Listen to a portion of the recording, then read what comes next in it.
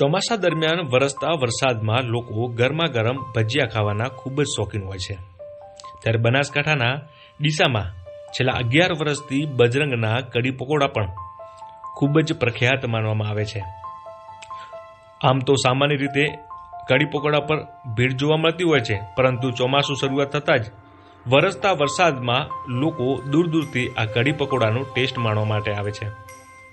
ચેતનભાઈ દ્વારા શરૂઆત કરવામાં આવી ત્યારે આ કઢી પકોડાની એક ડીશના 10 રૂપિયા હતા, અત્યારે એક ડીશના 40 રૂપિયા છે અને અત્યારે ચોમાસામાં લોકો દૂર દૂરથી આ કઢી પકોડાના ટેસ્ટ માણવા માટે આવે છે।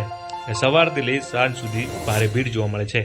મારું નામ ચેતન કુમાર શોભરાજમલ ખત્રી બરોબર, અને આજ 10-11 વર્ષથી હું મારી કઢી પકોડા બનાસકાંઠામાં ફર્સ્ટ આપણે પહેલાં મેં ચાલુ કરેલા છે। અને પાલક પ્યોર પાલક બહુ આવે, બેસણ ઓછું આવે છે આના અંદર, અને પાણી બિલકુલ પડતું નથી, અને એકદમ કડક ભાખરી ટાઈપનો લોટ વણી અને બનાવવામાં આવે છે। અને કઢી બનાવ ચણાનો લોટ, પાણી અને ગરમ મસાલા આવે છે, તજ, લવિંગ, કાળા મરી,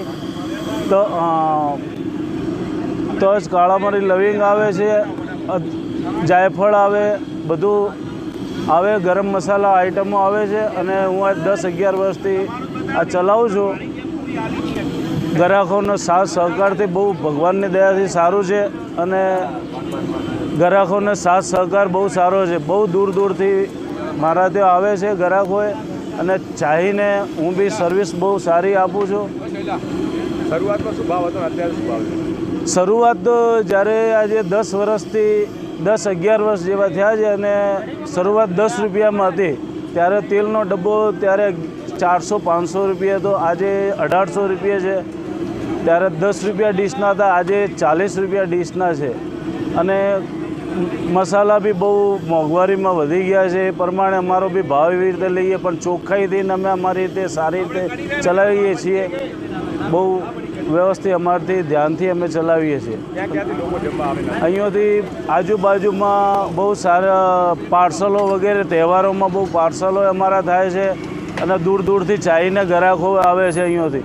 અહીંયા પાલનપુર, પાટણ, દિયોદર, ભાભર, થરા, ભીલડી, ધાનેરા, થરાદ, આવી રીતે બહુ ગામથી ચાહીને અમારાથી એક ધાર્યો અમે ટેસ્ટ આપીએ છીએ, અને આટલા ટાઈમથી ચાહીને એક ધાર્યો ટેસ્ટને અમે એક જેવી ક્વોલિટી અમે ચલાવીએ છીએ। એ રીતે બહુ સામગ્રી સફાઈથી કામ આપીએ છીએ, ચોખ્ખાઈથી અમે અમારી રીતે ચલાવીએ છીએ, અને ભગવાનની દયાથી બહુ હું આટલા જાતે જ કામ કરતો આવ્યો, જાતે જ અમારી રીતે હું ચલાવું છું। પહેલાં મારા બાપ દાદાનો ધંધો હતો, હવે હું કરું છું।